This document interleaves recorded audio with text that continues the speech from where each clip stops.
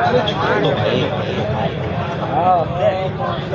माशाअल्लाह भाई साहब, कहीं से ऐसा लग ही नहीं रहा है कि जलसा सूरत में हो रहा है।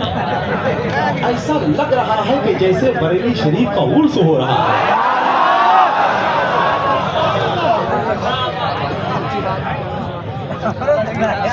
कोई मसलक पे जब करता हुआ हमला निकलता है, बरेली का हमेशा पहले शहजादा निकलता है। कोई मसलक पे जब करता हुआ हमला निकलता है, बरेली का हमेशा पहले शहजादा निकलता है। और वुजू करने की नौबत ही नहीं आती क़यामत तक, कलम से मुफ्ती आजम के जब फतवा निकलता है। वुजू करने की नौबत ही नहीं आती क़यामत तक, कलम से मुफ्ती आजम के जब फतवा निकलता है। ज़मीन पर क्या बताऊं कितने सूरज डूब जाते हैं, फलक पर चांद जब ताजु शरिया का निकलता है।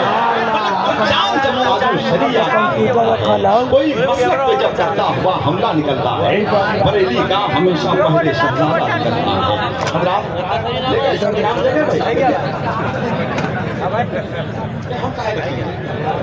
वो भला क्या देगा मेरी आरज़ू के नाम पर, तयम्मुम कर रहा है जो वज़ू के नाम पर।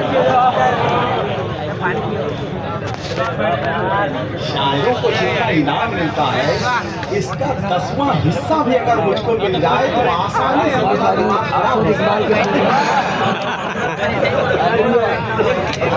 ये अच्छा होता है, वरना हम परेशान हो जाएंगे बहुत देर तक।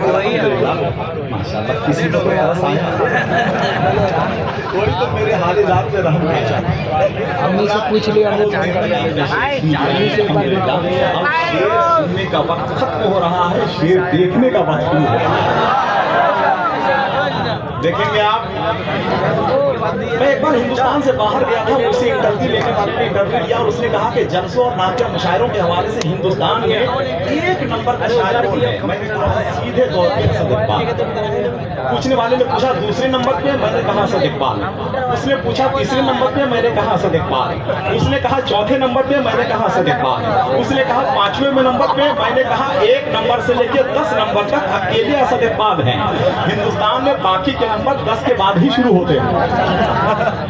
हिंदुस्तान का वो शायर बैठा हुआ है, हजरत असद इकबाल मौजूद हैं। खुला मैदान हो तो हर कोई सकते में रहता है, सब उसको छेड़ते हैं। शेर जब पीने में रहता है, शेर जब अपने कछाड़ में अपने पांव को समेट कर बैठे तो उस कैफियत को असद कहते हैं। वही असद जब अपने कछाड़ से निकलकर चहलकदमी करने लगे तो उस कैफियत को जरगाम कहते हैं। वही जरगाम चहलकदमी करते वक्त जब किसी खास सब को देखना शुरू करे तो उस कैफियत को गजनफर कहते हैं। वही गजनफर जब अपने कछाड़ से दहाड़ते हुए निकल पड़े तो उस कैफियत को जेगम कहते हैं।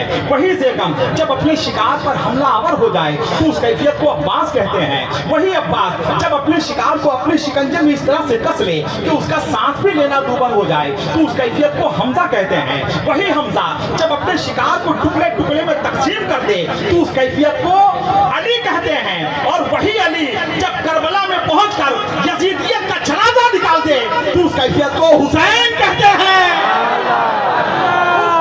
हुसैन कहते हैं। तो जितने लोग बैठे हुए हैं, जरा एक बार हुसैन की मोहब्बत में अपने हाथों को उठाकर बोल दे या हुसैन, और मोहब्बत के साथ बोले या हुसैन।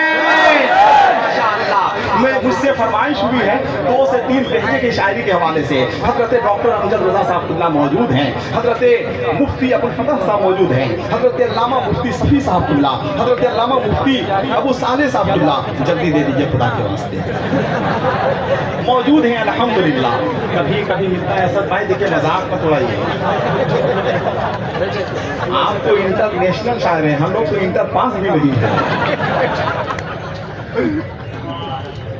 ठीक है, अल्लाह ने आपको पढ़ाया तो इसका मतलब क्या? अंग्रेजी गैर महज़्ज़ब लोगों की तहजीब याफ्ता ज़बान है। अंग्रेजी गैर महज़्ज़ब लोगों की तहजीब याफ्ता ज़बान है। अंग्रेजी का एक लफ्ज़ है एक्सेप्ट और एक लफ्ज़ है रिस्पेक्ट। यही दोनों खूबी है असद इकबाल में, बड़ों की इज्जत, छोटों पे शफ़क़त। और जिसके अंदर ये खूबी पैदा हो जाए वो आदमी कभी ज़बान का मुंह नहीं दिखता है। हज़रत असद इकबाल मौजूद है, तो लहजे की शायरी के लिए 2-3 शेर सुनेंगे आप, सुनेंगे आप। कैसे सुनेंगे? जरा हाथों को उठाकर बोले तो सुभान अल्लाह, मोहब्बत के साथ बोले सुभान अल्लाह। साल वो शेर पढ़े थे, मेरे कुछ अहबाब ने फरमाइश किए हैं, 2 से 3 शेर सुनाएंगे। सुनिएगा कि मेरा घर रश के जन्नत बन गया तो, मेरा घर रश के जन्नत बन गया तो, मेरा घर आप दांत दे ना दे, मेरी सेहत पे कोई असर पड़ने वाला नहीं। अब तो हम घिसे पिटे हो गए। ऐसा थोड़ी है, इतना एहसास कमतरी में हम मुब्तला नहीं होते हैं। आप दांत नहीं देंगे तो इसका मतलब ये थोड़ी है कि हम शायद छोटा हो गए।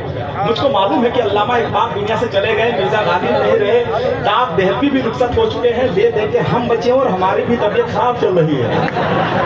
हमसे मोहब्बत करने वाले रोते ही रह जाएंगे, हम जो किसी दिन सोए तो फिर सोते ही रह जाएंगे। मुझको मालूम है कि जिस तरह से बिरयानी ने रोटी की लज्जत छीन ली, जिस तरह से डब्बों के दूध ने माँ के दूध का जायका छीन लिया, जिस तरह से मोबाइल ने खत्तो किताबत के इंतजार का लुत्फ खत्म कर दिया, ठीक उसी तरह से वक्ती शायरी ने दायमी शायरी का जनाजा निकाल दिया।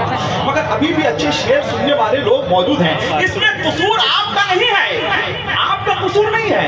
असद भाई कसूर इन लोगों का नहीं है, कसूर हिंदुस्तान के उन नाहंजार शायरों का है जिन शायरों ने अच्छी शायरी सुनने का रिवाज ही खत्म कर दिया। नाकिसीन में कामिलीन के गले पे छुरी चला दी। एक्टिंग और अदाकारी करने वाले लोग भी मजहबी स्टेज के बेताज बादशाह हो गए। मगर आप परेशान ना हो, अभी शेरी शोर की बालिदगी में कफन नहीं उड़ा है, अभी दस्ते जुनू के दीवानों का काफिला तहे खाक नहीं हुआ है, अभी सेहरा में अजान देने वाले रुफूसे कुत्तिया गोशा नशी नहीं हुए हैं, अभी तक कुछ नहीं बिगड़ा, अभी बीमार जिंदा है, अभी इस मुल्क में उर्दू का एक अखबार जिंदा है, अखबार जिंदा है और उस उर्दू के अखबार का नाम है हजरत सैयद इकबाल। मौजूद हैं। सुनिएगा कि मेरा घर रश के जन्नत बन गया तो, अगर हाथों को उठाकर बोलते सुभान अल्लाह तो मुझे खुशी हो। मेरा घर रश के जन्नत बन गया तो, मेरा घर रश के जन्नत बन गया तो, अगर तशरीफ लाए मुस्तफा तो,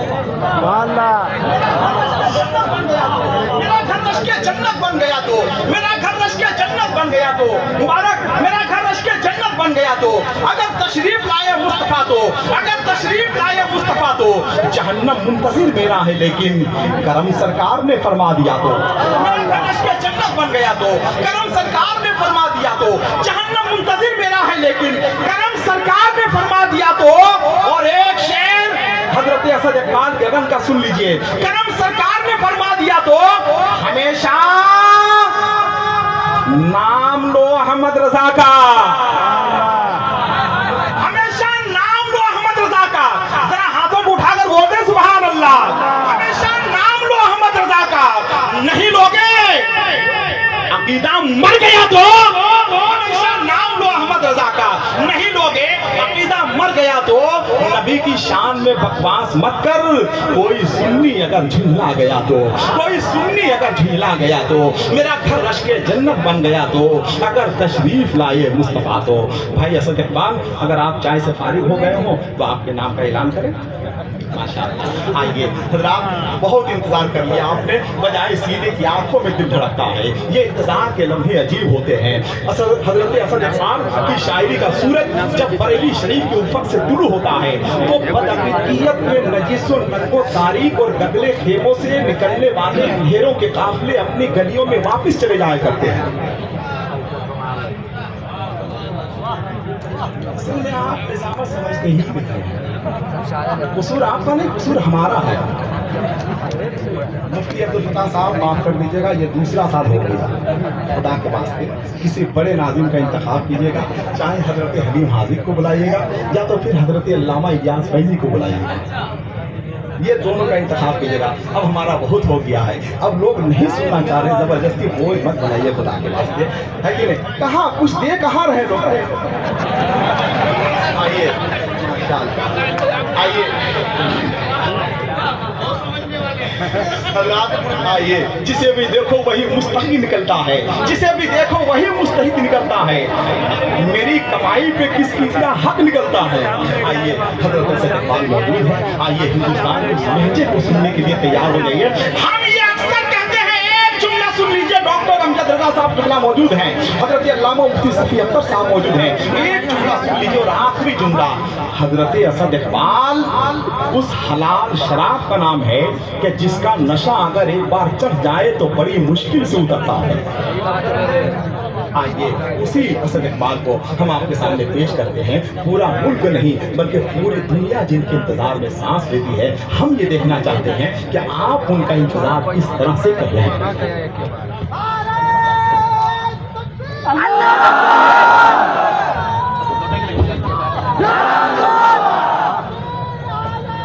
जिंदाबाद